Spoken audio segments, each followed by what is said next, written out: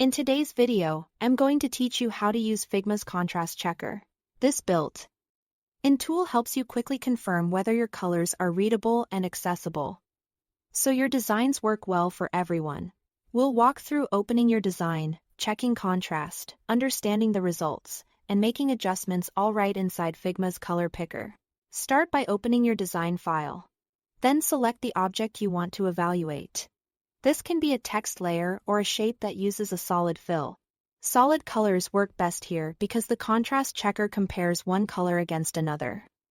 Gradients or images won't give you a clear single ratio.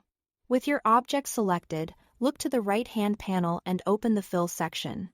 Click the color swatch to open the color picker. In the picker, you'll see a small contrast checker icon in the top right area. Click that to open the contrast details. This panel shows you the contrast ratio and a pass or fail status for different text sizes. The numbers come from the Web Content Accessibility Guidelines, or WCAG, which set minimum contrast levels to ensure text is readable against its background.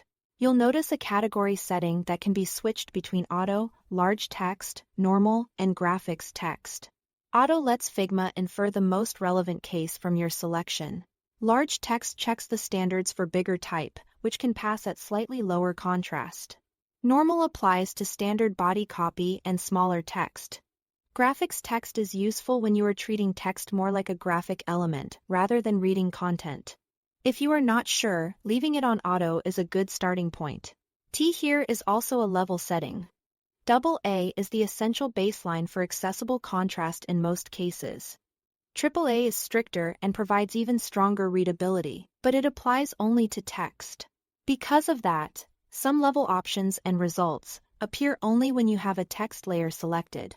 If you are working with a shape, you may not see the same options as you do with text. If your selection fails, adjust the color right in this view. Drag the hue, saturation, and brightness controls, or enter exact values and watch the ratio and pass status update in real time. Small shifts in lightness often have the biggest impact. Try to keep brand colors recognizable while nudging them into a passing range. Aim for AA as your minimum for normal text. And consider AAA when you want extra clarity, like for small labels or low vision contexts. That's it. Thanks for watching.